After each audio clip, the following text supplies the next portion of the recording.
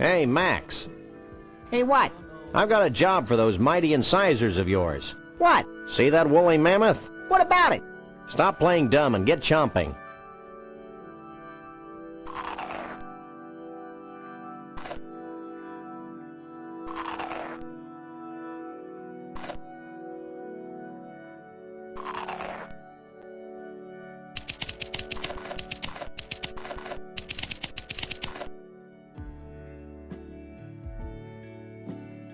Fine work, Max. Now we've got more full woolly mammoth hair than we'll ever need, and we've learned an important lesson. Yeah, the woolly mammoths died of embarrassment. Now the costume is covered with tar.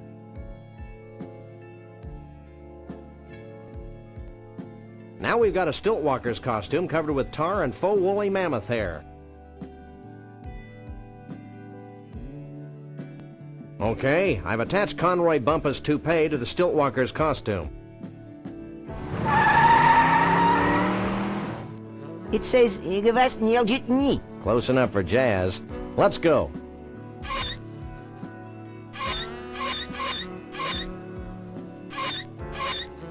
I remember seeing this movie in theaters when I was a pup. During the climactic scene, they dropped giant rubber snakes on the audience. Why don't they make movies like that anymore? Higher standards? Probably. I hear there's a remake in the works with Julia Roberts and Bruce Willis.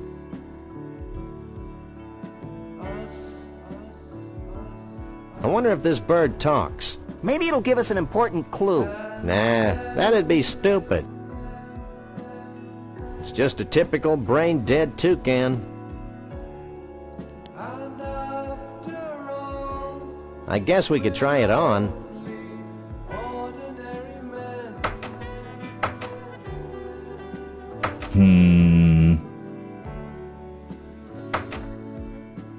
Hey, that's a downright nice Sasquatch costume. I'll let you guys in with that one.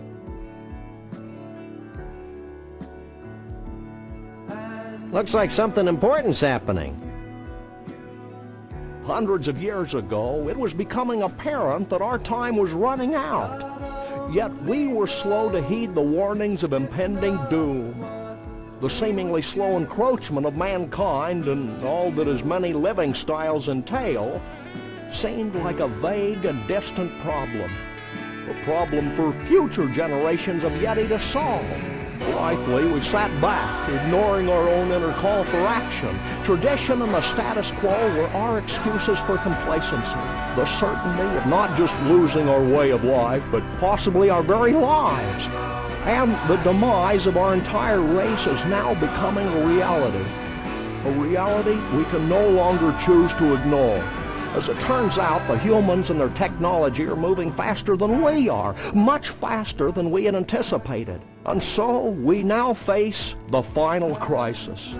Unless we pull together, not just acknowledging the need for change, but embracing change not just with our hearts and our minds, but with our actions, we will fall behind, moving backward into extinction. Well, back to the music. He looks happy in a gluttonous kind of way. What choreography. He looks spooky in a cheery sort of way. Chateau Sasquatch 92. A very bad year. One does not cut in on a Bigfoot. Excuse me, sir. Yes? Has Bruno shown up yet? Keep your voice down. Bruno's involved in a top-secret reconnaissance mission to the aliens' home planet. Of course. How silly of me to forget. Have you seen Bruno's girlfriend anywhere? Shh! She's helping Bruno contact the aliens. Oh, yeah. You haven't run into Conroy Bumpus, have you? No, but I know how to deal with him. He has a near-fatal vulnerability to ice, like all beings from the evil planet Snargton. We'll keep that in mind. Aren't you the abominable larvae? Never mind. Didn't we meet last summer in Cancun? I don't think so. I was hanging upside down in a block of ice last summer. How'd that happen? Oh, the usual. I was strolling in the Andes, minding my own business, when some idiot mountain climber comes along and yells, "Hey, it's the abominable snowman." Next thing I know, there's an avalanche, and I'm covered in 20 feet of snow. When I wake up, I'm hanging upside down in an ice block in some place called the Mystery Vortex. You're the skinniest Bigfoot I've ever seen. I've been fasting in preparation for the day when the aliens come to rescue us. We'll catch you later. Figure of speech.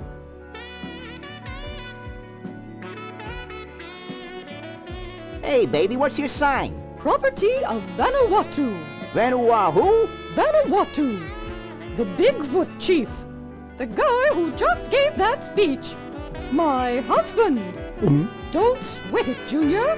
If I had a tree for every time a teenage Bigfoot's made a drunken pass at me, we surely wouldn't be in the mess we're in today. Not really. Have you seen Bruno? Bruno? Why, me and Mr. V have known little Bruno since he was knee-high to a pig. Salt of the earth, Bruno is. Nicest, most generous Bigfoot you'll ever meet. Dumb as a post, of course, but generous. Why, just the other day I was talking to my manicurist, Kimmy, and I said, Kimmy, that Bruno has got to be the dumbest creature to ever walk the surface of the planet. Then she had the nerve to say, bow, bow, bow, oogly, oogly, oogly, yada, yada, yada, yada, yada, yada. Of course, I just said, oobada, oobada, oobada, blah, blah, blah, yada, yada. Have you seen Trixie around here? Trixie, nice girl, wonderful human being. Complete fashion victim, of course, but so pleasant. Just last week I was talking to Katie, my color consultant, and I said, Katie, that Trixie girl wouldn't know a burnoose from a sarong if her life depended on it. And then she said, yada, yada, yada, yada, yada, yada, yada, yada, yada, blah. You haven't seen Conroy Bumpus sneaking around, have you? Internationally renowned country western superstar Conroy Bumpus. I've got all his albums. He's the greatest thing since sliced bread. I'd say he's the most gifted entertainer of the 20th century. He's an immoral cretin, of course, but boy can he sing. I was talking to my chiropractor, Karen, just last month, and I said, Karen, that despicable Conroy Bumpus sure has got a pretty voice. And then she said, whoppida, whoppida, whoppida. Of course, I just said, Gee, your hair smells terrific. you should talk to my hair care specialist, Janet. She does marvelous work. Why, just last autumn, she was soaking my head and I said, Janet, you're just about the best hair care specialist I've ever known. And then she said, oogly, oogly, oogly. It must be a hoot being married to our commander-in-chief. Oh, it's not that great. Sure, you get to travel, but sometimes you get so lonely. Why, just yesterday I was telling my therapist, Nancy, sometimes it's so lonely at the top. And then she said, what? Adieu. Don't be a stranger. Stop. Sorry, hon. Only Yeti elders are allowed in the pool area. It's an ice pick. It's a freezer. I don't think I should take my costume off now. It's a freezer. Yikes. Well, well, well, a Bigfoot. Sure is a scrawny feller. A Bigfoot in the hand is worth two in the bush, Lee Harvey. Sorry, boss. Think nothing of it, old chap. Now, be a good lad and pop off to the bus and get the net. Yes, sir, Mr. Bumpus.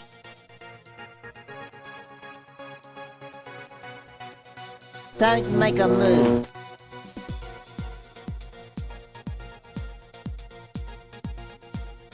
There's something you should know, Bumpus.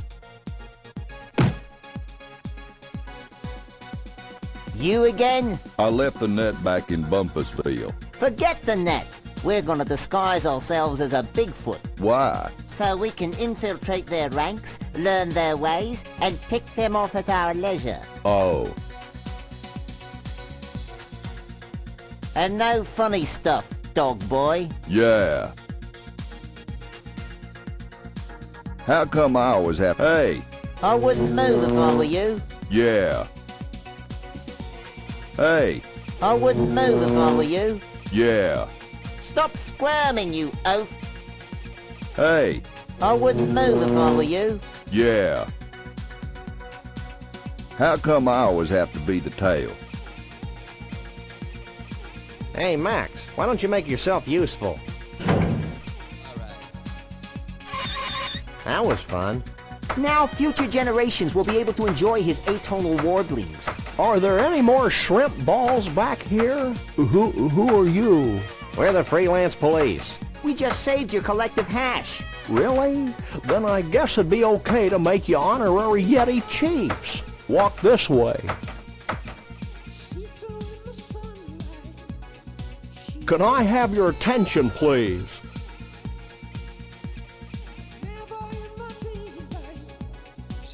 Although it's our tradition to allow only Bigfoots and their dates to these gatherings, these two have shown themselves worthy of our gratitude and our trust. These are a naive people. And so I'm granting them the title of Honorary Bigfoot Chief.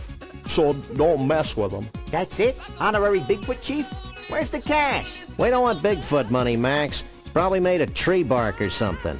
I know, but it's the principle of the thing. You may now wander freely about the convention floor without concern for your health. Gee, thanks. Think nothing of it. Follow me.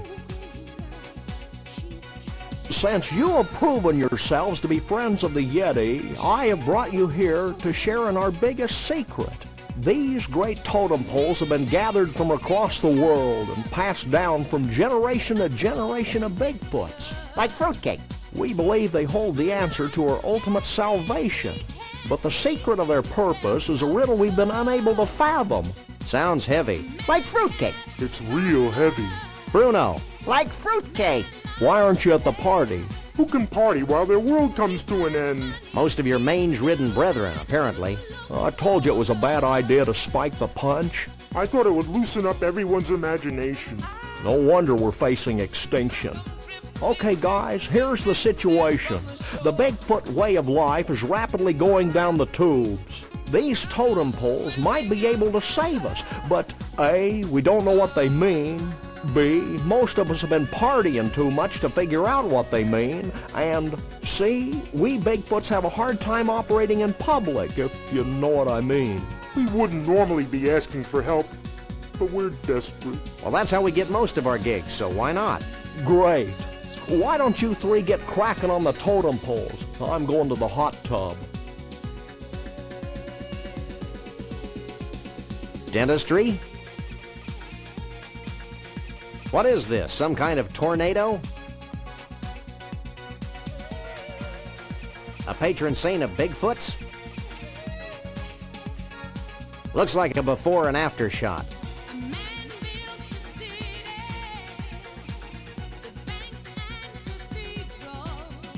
Okay, Sam, he's here, we're here. Let's go. Wait, go where? Back to the carnival so we can get paid, you big lummox. I may be slow, but I am not stupid. I'm staying right here. Max, What? maybe we should wait a while before returning Bruno to his well-meaning yet horribly twisted owners. Why? Because I have a sick, gnarled premonition that something important's going to happen to the Bigfoots. And it would be nice if Bruno were here to see it before we slapped him back in a block of ice. You're getting soft, Sam. We've decided to let you roam free until the end of the convention. Gee, thanks. Is there anything I can do for you in return? What do you make of that totem pole on the far left? Let me take a look.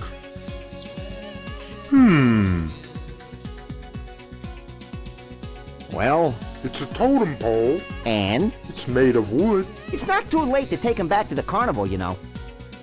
any keen Bigfoot insights into the totem pole with a tooth on it? I've been staring at that one for hours, and Yes? I think it has something to do with teeth. I'm not holding my breath, but do you have any clue who the guy in the third totem pole is? Nope. He sure seems to get along with vegetables, though. Sam, the guy in that pole's got a marshmallow. So, I want a marshmallow. Max, you are a marshmallow. See that totem pole? What about it? What do you think it means? I've got it. What did you tell them? I told them to start looking for bald guys with spaghetti on their heads. So what do you think about all this? I'm just happy to be here, Sam. Happy to be at room temperature and happy to be free at last. Born free as the wind blows. Max, What? what were you saying, Bruno? I lost my thought. Darn.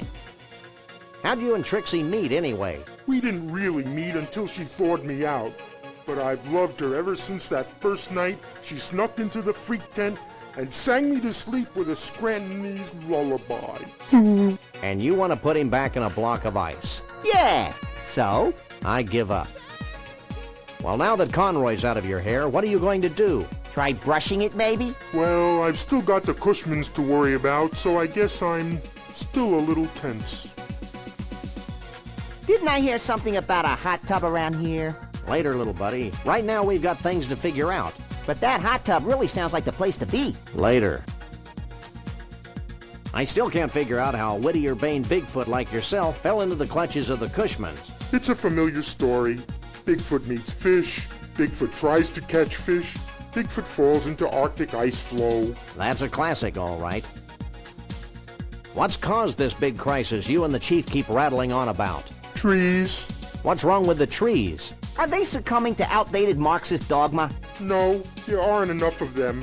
Bigfoots need trees to hide behind. Without trees, we're easily hunted, captured, and put on display by thoughtless humans.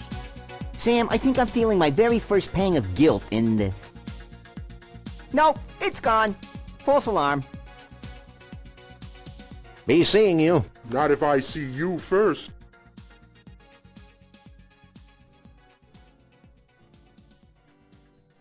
I don't think the ice pick will remove the cork.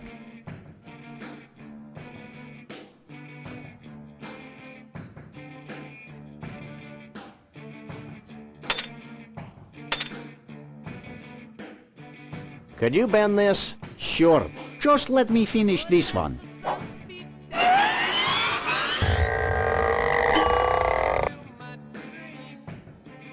Let's see it.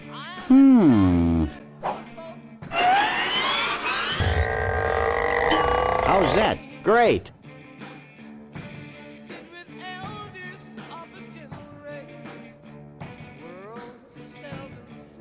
That seems to have gotten the cork off. Shall we raise a toast to nuclear disarmament? With this poison? Don't be silly.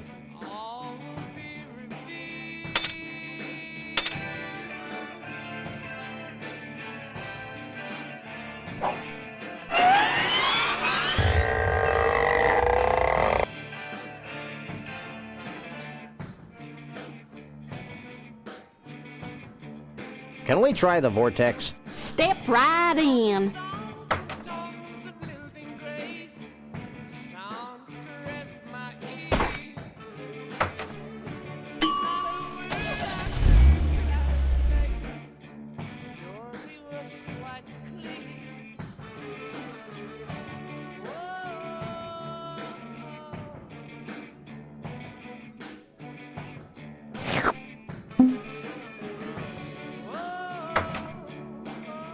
Wow, the snow globe actually sucked in the pseudo-mystical energies of the mystery vortex. I was hoping something like that would happen.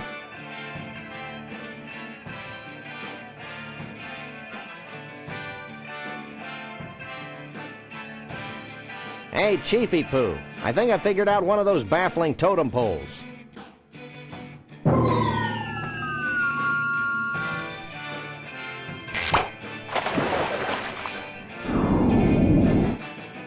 A genuine dinosaur tooth. I figured it might be something like that. Did he say genuine?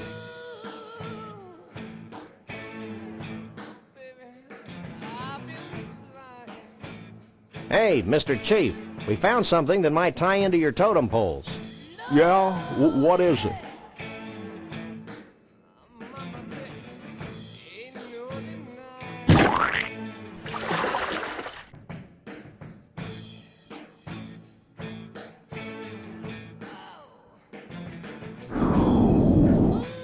Hair growth tonic. Very resourceful. We just like stealing pillows.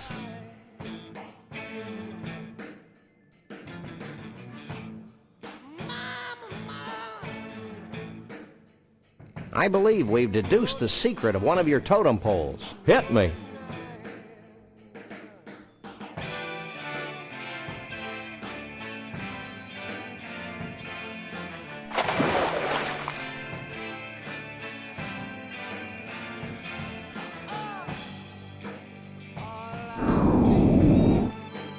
combination of man and nature. Inventive. Is it soup yet?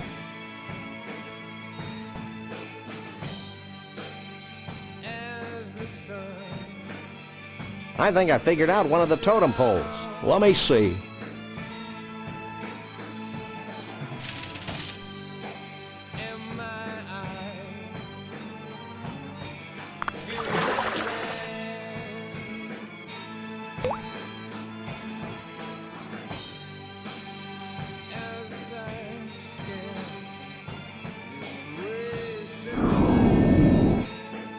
A handheld vortex. Good thinking. Thinking had nothing to do with it. Well, that should do it, right? Nothing's happening, Sam. What's the story, Pops? Oh, I don't know. I'm sure you got the ingredients right, but... Of course, how silly of me. What? In order for the spell to work, we need a living Bigfoot sacrifice. It'd be a shame to lose one of these furry fellas, don't you think? Wait, I've got an idea. And it doesn't require high explosives. Wait here. While he's gone, I'll go see if any of the Bigfoots wants to off themselves for the greater good.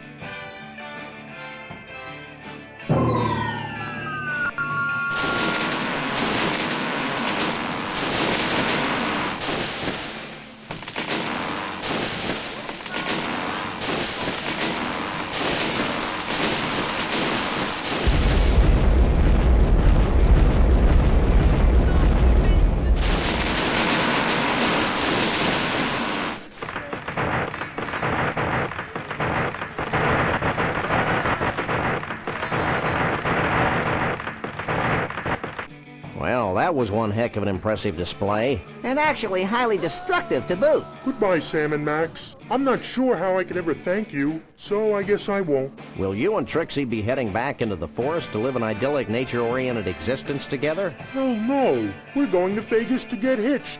If it hasn't been trashed by all this crazy redwood nonsense. We want to be in a place where we can sort of blend in, live our lives, maybe even raise a family. Ew. Goodbye, everyone. Goodbye, you nutsy primitive man-beast, you. You boys should be proud of what you've helped us achieve here today. You mean the wholesale destruction of the symbols of modern civilization in the western United States?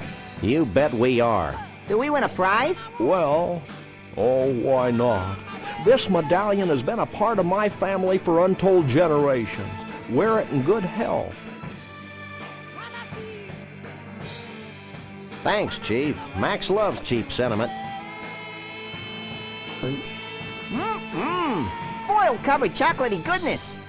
What's wrong, Sam? I don't think the wizard has anything in that bag for me. Well, I could give you my ritual headdress that I bought at Snucky's last week. I appreciate the gesture, but I've already got a hat. Well, that's fine, too. Farewell, Sam and Max. Remember, though the night be dark, the dawn yet shall awaken and annoy you. Have a nice day. I'll miss that old rascal. I'll miss the way he smelled like a bag full of damp hamster shavings. Just like Grandpa. Hey, we forgot to get paid. Don't worry, little buddy. I've got it all covered. I hope you're happy. With those idiots on the case, we'll probably never see Bruno again. Oh, lighten up, Burl. Hey, they're back. Did you find Bruno? Of course. Bruno!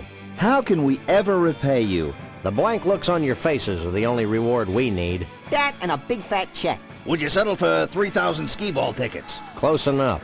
Let's go, Max.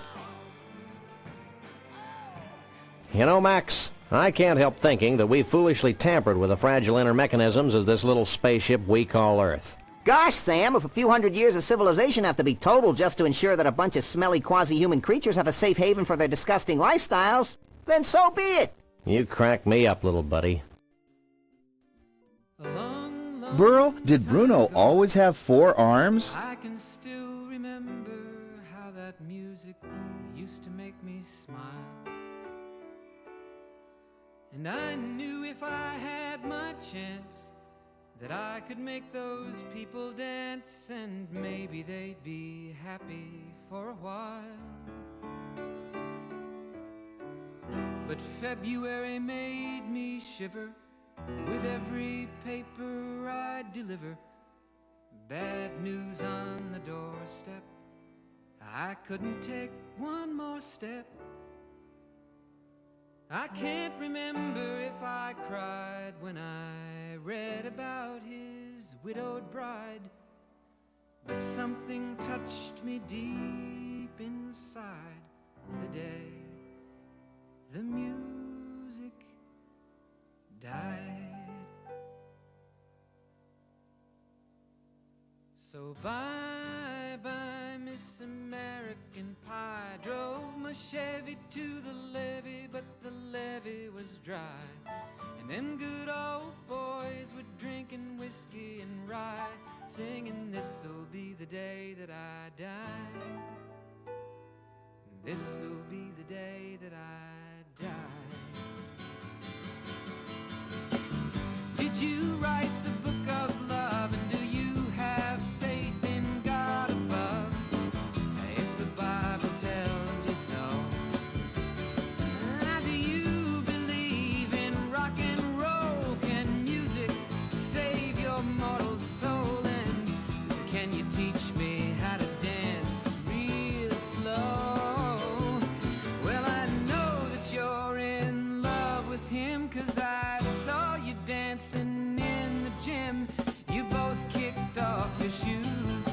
Man, I dig those rhythm and blues. I was a lonely teenage bronc and buck with a pink carnation and a pickup truck, but I knew I was out of luck the day the music died. I started singing bye-bye, Miss American Pie. Drove my Chevy to the levee, but the levee was dry. Them good old boys were drinking whiskey and rye and singing, this'll be the day that I die. This'll be the day that I die.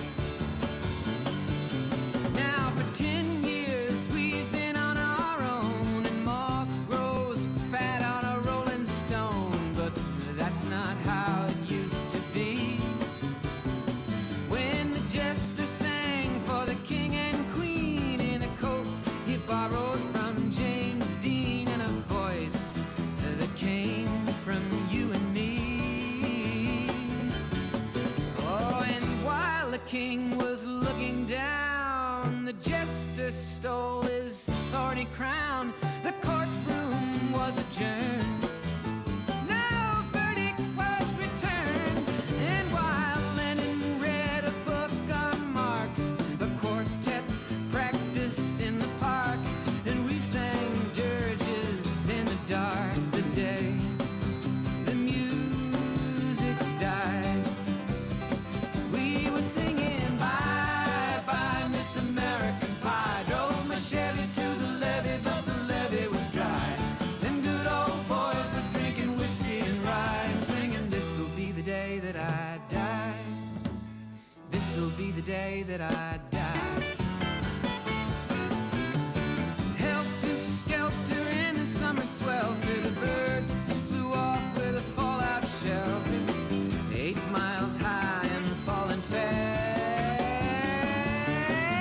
landed foul on the grass.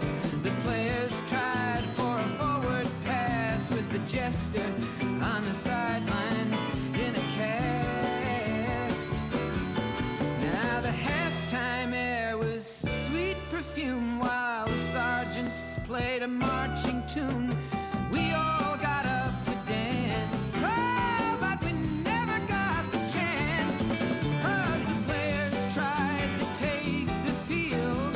The marching band refused to yield.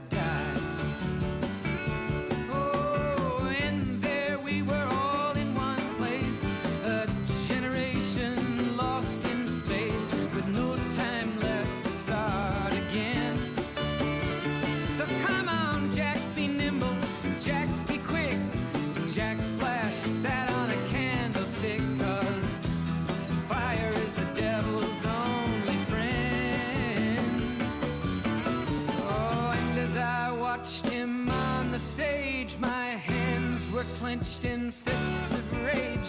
No angel born in hell could break that Satan's spell. And as the flames climbed high into the night to light the sacrificial rite, I saw Satan laughing with delight the day the music died. He was singing bye bye Miss American Pie, drove my Chevy to the levee, but the levee was dry. And good old boys were drinking whiskey and rye and singing, this'll be the day that I die. This'll be the day that I die. I met a girl who sang the blues, and I asked her for some happy news, but she just smiled and turned away. I went down to the sacred store where I'd heard the music years before, but the man there said the music wouldn't play.